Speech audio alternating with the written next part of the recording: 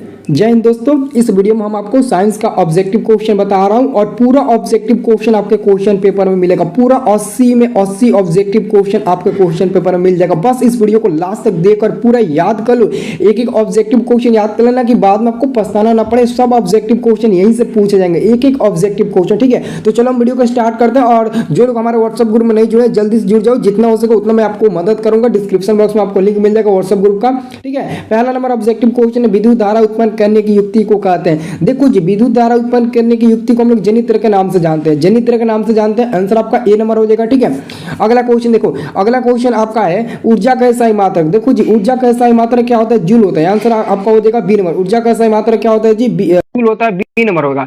अब देखो जी, अगला क्वेश्चन निम्न में किसका अर्थ जल होता है? निम्न में किसका अर्थ जल होता है? तो देखो जी, हाइड्रो का अर्थ होता है जल। आंसर आपका डी नंबर होगा। हाइड्रो का मतलब ही होता है जल। ठीक है, निम्न में किसका अर्थ जल होता है? तो हाइड्रो का अर्थ होता है जल। आंसर आपका डी नंबर होगा।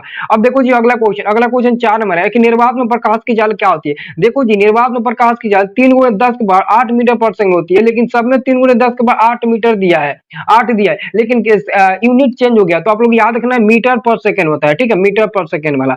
अब देखो अगला क्वेश्चन है, परिवर्तन के नियम से क्या आधारित होता है? देखो जी, परिवर्तन के नियम से आधारित होता है कि आपतन कोण जो होता है ना, वो परिवर्तन कोण के बराबर होता है, यानी कि कोण आई बराबर होगा कोण आर के। ये आप लोग पढ़े होंगे। ठीक है, अगला क्वेश्चन है, लेंस में मुख्य फोकस की संख्या होती है। देखो जी, लेंस में मुख्य फोकस की संख्या क्या होती है? 2 होती है। याद रखना, लेंस में मुख्य फोकस की संख्या कितनी होती है? 2 होती है। आंसर आपका ए नंबर मिल जाएगा। अब देखो अगला क्वेश्चन से आपका ताप बढ़ने से चालक का प्रतिरोध। देखो जी, ताप बढ़ने से चालक का प्रतिरोध भी बढ़ता है। अगर ताप बढ़ेगा तो चालक का प्रतिरोध भी बढ़ेगा। ठीक है, अब देखो अगला क्वेश्चन आपका है, अगला क्वेश्चन देखो कितना इंपॉर्टेंट है। अगला क्वेश्चन आपका 8 नंबर है। 8 नंबर क्वेश्चन है, साग सब्जियों का विघटित होकर कंपोस्ट बनना किस प्रकार की अभिक्रिया है? आपका उष्माक्षेपीय अभिक्रिया हो जाएगा। उष्माक्षेपीय अभिक्रिया बी नंबर वाला हो जाएगा। क्या हो जाएगा जी? उष्माक्षेपीय अभिक्रिया बी नंबर वाला हो जाएगा। ठीक है, अगला क्वेश्चन आपका उपचयन प्रक्रिया है जिसमें देखो जी, उपचयन प्रक्रिया जिसमें ऑक्सीजन का योग भी होता है, हाइड्रोजन का वियोग भी होता है, और साथ में दोस्तों आंसर सी नंबर में दिया इलेक्ट्रॉन का त्याग। तो आपका फाइनल आंसर होगा डी नंबर। इनमें सभी ए और बी सी तीनों आंसर आपका सही होगा। ठीक है, अगला क्वेश्चन आपका 10 नंबर प्रश्न है कि विद्युत अपघटन में इलेक्ट्रॉन मुक्त होता है। देखो जी, विद्युत अपघटन में इलेक्ट्रॉन जो ना मुक्त होता है वो एनोड पर मुक्त होता है। किस पर? एनोड पर मुक्त होता है। ठीक है, चलो अगला क्वेश्चन 11 नंबर क्वेश्चन है, सक्रियता श्रेणी में सबसे अधिक अभिक्रियाशील धातु। सबसे अधिक क्रियाशील धातु क्या? सोडियम हो जाएगा। आंसर आपका बी नंबर होगा। ठीक है, अगला क्वेश्चन आपका एल्काइन श्रेणी में सदस्यों का समान शब्द। एल्काइन, देखो जी, एल्काइन में -2 हो जाएगा।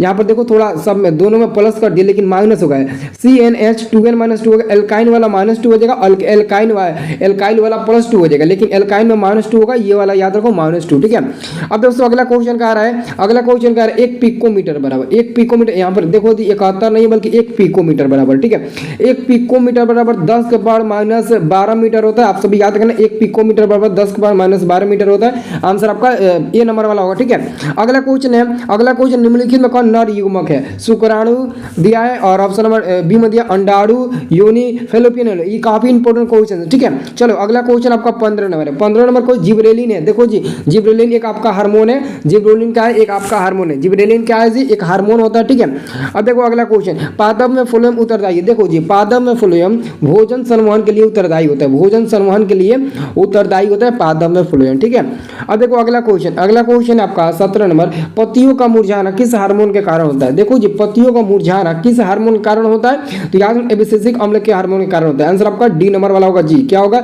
डी नंबर वाला आपका आंसर हो जाएगा। ठीक है, अब देखो अगला क्वेश्चन आपका 18 नंबर है। दो तंत्रिका कोशिका मध्य खाली स्थान को क्या कहते हैं? सिनेप्स कहते हैं। सिनेप्स आप लोग याद करना, बी नंबर वाला सिनेप्स होता है। क्या होता है? सिनेप्स होता है, बी नंबर वाला याद रखना। अब देखो अगला अलिंगी जनन मुकुलन द्वारा होता है। अलिंगी जनन मुकुलन द्वारा किस में होता है? इसमें या में? फटाफट बताओ कमेंट करके। ये क्वेश्चन काफी जबरदस्त क्वेश्चन एग्जाम में आने वाला। ठीक है, अगला क्वेश्चन आपका समतल दर्पण द्वारा बना प्रतिबिंब होता है। देखो जी, समतल दर्पण द्वारा जो प्रतिबिंब बनता है वो हमेशा काल्पनिक ही बनता है, हमेशा काल्पनिक बनता है। आंसर आपका 20 का ए नंबर मिल जाएगा। ठीक है, अगला क्वेश्चन देखो, अगला क्वेश्चन से आपका निकट दृष्टि दोष को दूर करने के लिए किस लेंस का व्यवहार होता है? तो निकट दृष्टि दोष को दूर करने के लिए हम लोग अवतल लेंस का व्यवहार करते हैं, अवतल लेंस यानी कि बी नंबर, ठीक है। अगला क्वेश्चन है मानव नेत्र में किस प्रकार का लेंस पाया जाता है जी? तो मानव नेत्र में उत्तल लेंस पाया जाता है जी, आंसर आपका ए नंबर का उत्तल लेंस पाया जाता है जी, ठीक है। चलो अगला क्वेश्चन देखो, अगला क्वेश्चन आपका 23 नंबर क्वेश्चन आपका है कि विभवांतर मापने वाले यंत्र को कहा जाता है। देखो जी, विभवांतर मापने वाले यंत्र को हम लोग वोल्ट मीटर के नाम से जानते हैं, किसके नाम से? वोल्ट मीटर के नाम से जानते हैं। एक एक प्रश्न आपका लड़ेगा, एकदम याद कर लेना, जितना हो सके उतना आप लोग वीडियो को शेयर करें, चैनल को सब्सक्राइब भी कर लेना, ठीक है। और एक और बात, आप लोग व्हाट्सएप ग्रुप में जरूर ज्वाइन होना, जितना हो सके उतना मैं आपको मदद करूंगा। 24 नंबर क्वेश्चन आपका अमीटर को विद्युत परिपथ में कैसे जोड़ा जाता है? उसको श्रेणी क्रम यानी कि सीरीज में जोड़ा जाता है, इंग्लिश में सीरीज बोलते हैं, हिंदी में श्रेणी क्रम, ठीक है। तो अमीटर को विद्युत परिपथ में कैसे जोड़ा जाता है? श्रेणी क्रम में जोड़ा जाता है, ठीक है। अब देखो अगला क्वेश्चन है विद्युत धारा का एसआई मात्रक। देखो जी, विद्युत धारा का एसआई मात्रक क्या होता है जी? विद्युत धारा का एसआई मात्रक एम्पियर होता है, आंसर आपका डी नंबर होगा, एम्पियर होता है। क्या होता है जी? एम्पियर होता है, विद्युत धारा का एसआई मात्रक एम्पियर होता है, आंसर आपका डी नंबर मिल जाएगा, ठीक है। अगला क्वेश्चन है 26 नंबर। 26 नंबर क्वेश्चन है किस लेंस के द्वारा सिर्फ काल्पनिक प्रतिबिंब बनता है? देखो जी, सिर्फ काल्पनिक प्रतिबिंब आपका अवतल लेंस के द्वारा ही बनता है, ठीक है। लेंस में कह रहा है तो अवतल। अगला क्वेश्चन है कॉपर ऑक्साइड प्लस H2 ये आपस में अभिक्रिया किया तो कॉपर प्लस जल का निर्माण किया, ये एक प्रकार का ऑफ चैन अभिक्रिया, ऑफ चैन अभिक्रिया, आंसर बी नंबर पर टिक लगाना, ठीक है।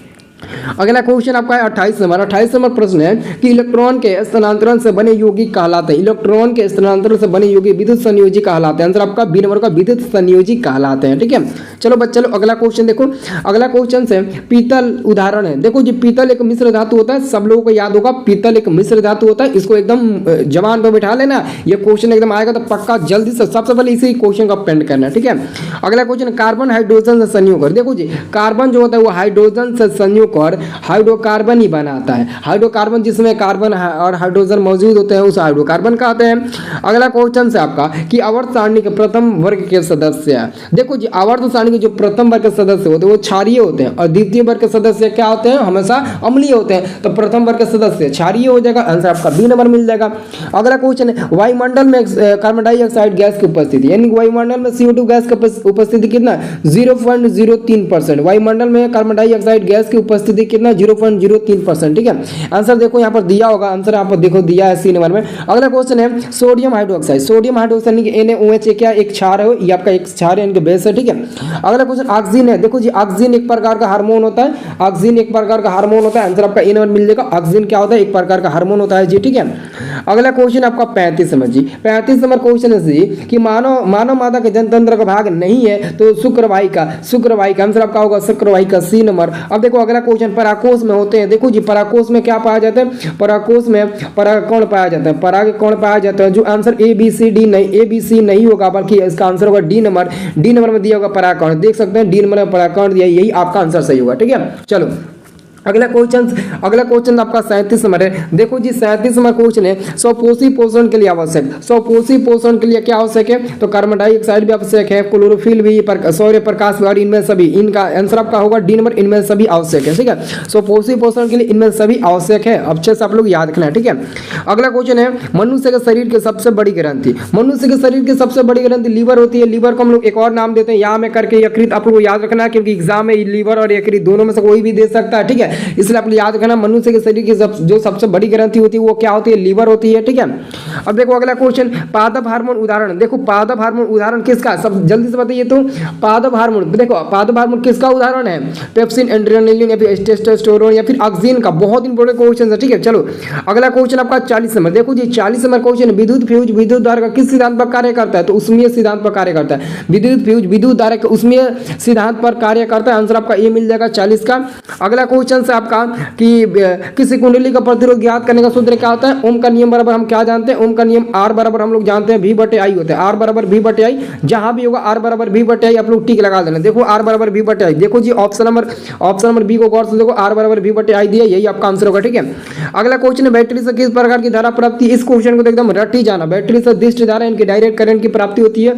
बैटरी से हमेशा DCN की डायरेक्ट करंट की प्राप्ति होती है, ठीक है। चलो अगला क्वेश्चन दाढ़ी बनाने में किस प्रकार के दर्पण का उपयोग किया जाता है? देखो जी, दाढ़ी बनाने में जब आप लोग सैलून की दुकान में जाते हो अपना बाल कटवाने, दाढ़ी बनवाने, तो वहां पर आपके सामने एक मिरर लगा होता है, आईना लगा रहता है। उसी आईने को हम लोग क्या बोलते हैं? बोलते हैं हम लोग वहां पर आपका अवतल दर्पण है, वहां पर अवतल दर्पण आपका लगा हुआ होता है। ठीक है, अगला क्वेश्चन है विभवांतर का SI मात्रक होता है? देखो जी, विभवांतर का SI मात्रक क्या होता है? वोल्ट होता है। वोल्ट होता है जिसको हम लोग कैपिटल V यानी कि VOLT ऐसे लिखते हैं। वोल्ट विभवांतर का SI मात्रक होता है, सब लोग याद रखना। ठीक है, अगला क्वेश्चन, प्रकाश के अपवर्तन के कितने नियम होते हैं? देखो जी, प्रकाश के अपवर्तन के 2 नियम होते हैं, याद रखना। प्रकाश के अपवर्तन के भी 2 नियम होते हैं, प्रकाश के परिवर्तन के भी दो ही नियम होते हैं। दोनों क्वेश्चन पूछेगा प्रथम पाली और द्वितीय पाली में। ठीक है, याद रखना।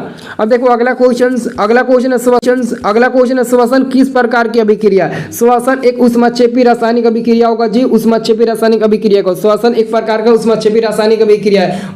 भोजन का पाचन उपचयन रासायनिक अभिक्रिया कहलाएगा, लेकिन श्वसन एक ऊष्माक्षेपी रासायनिक अभिक्रिया कहलाएगा। गलती मत करना।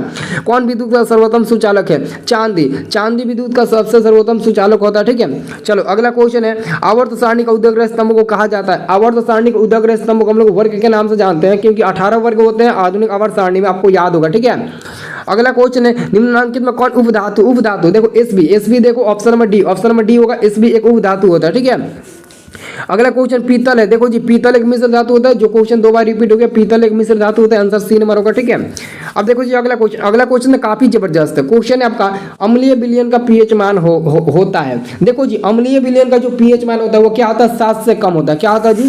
7 से कम होता है। अम्लीय विलयन का पीएच मान क्या होता है? 7 से कम होता है। क्या होता है जी? अम्लीय विलयन का पीएच मान 7 से कम होता है मेरे दोस्त, 7 से कम होता है। ठीक है, चलो अगला क्वेश्चन, सरलतम हाइड्रोकार्बन। देखो सबसे सरलतम हाइड्रोकार्बन मीथेन होता है। क्या होता है जी? मीथेन होता है, जिसका अणु सूत्र CH4 होता है। CH4 methane. ठीक है, याद रखना मीथेन का अणु सूत्र। अगला क्वेश्चन है, कुटपाद किस में पाया जाता है? देखो जी, कुटपाद जो पाया जाता है अमीबा में पाया जाता है। कुटपाद अमीबा में पाया जाता है, आंसर 53 काम से याद रखना, C नंबर होगा। ठीक है, चलो अगला क्वेश्चन देखो, अगला क्वेश्चन आपका पुष्पी पौधों में लैंगिक जनन होता है। पुष्पी पौधों में लैंगिक जनन होता है। पुष्पी पौधों में लैंगिक जनन कहाँ होता है दोस्तों? तो फूलों द्वारा होता है या फिर पत्तियों द्वारा होता है। ठीक है, चलो अगला क्वेश्चन है, निम्न में कौन उत्सर्जी अंग है? निम्न में कौन उत्सर्जी अंग है? आंसर आपका A नंबर का ब्रिक। ब्रिक एक उत्सर्जी अंग है। क्या हो जाएगा? ब्रिक एक उत्सर्जी अंग हो जाएगा। ठीक है, अगला क्वेश्चन आपका, शुक्राणु बनता है। शुक्राणु कहाँ बनता है दोस्तों? शुक्राणु यहाँ पर तो ए ऑप्शन दिया ही नहीं है। शुक्राणु कहाँ बनता है? वृषण में न बनता है। वृषण जो ऑप्शन भी नहीं दिया है। ठीक है, चलो अगला क्वेश्चन 57 नंबर क्वेश्चन है, निम्न में कौन प्राकृतिक संसाधन नहीं है? तो देखो जी, ऑप्शन नंबर डी को, जीवधारी जो है ना वो प्राकृतिक संसाधन नहीं है। जीवधारी प्राकृतिक संसाधन नहीं है। अगला क्वेश्चन है, इंसुलिन की कमी से होता है। देखो जी, इंसुलिन की कमी कारण कौन सी नामक बीमारी होती है? इंसुलिन की कमी कारण मधुमेह नामक बीमारी होती है। और जबकि आयोडीन या नमक की कमी के कारण क्या होती है? तो घेंघावट अथवा ग्वाइटर नामक बीमारी होती है। लेकिन मधुमेह किसके कारण होती है? इंसुलिन की कमी के कारण। ठीक है, अगला क्वेश्चन ये दोस्तों, इसके बाद दोस्तों एक और वीडियो आपको मैं सब्जेक्टिव क्वेश्चन देने वाला हूँ। सब्जेक्टिव क्वेश्चन याद कर लेना। सब्जेक्टिव को एकदम हूबहू लिख देना, पूरा गर्दा मत जाएगा, पूरा हूबहू सब्जेक्टिव क्वेश्चन आप लोग छाप देना एकदम सब्जेक्टिव क्वेश्चन। ठीक है, सभी मेरे बच्चे लोग जल्दी से जल्दी वीडियो को लाइक कर, चैनल को सब्सक्राइब करिए, तो मैं आपको सब्जेक्टिव क्वेश्चन भी बताऊंगा। ठीक है।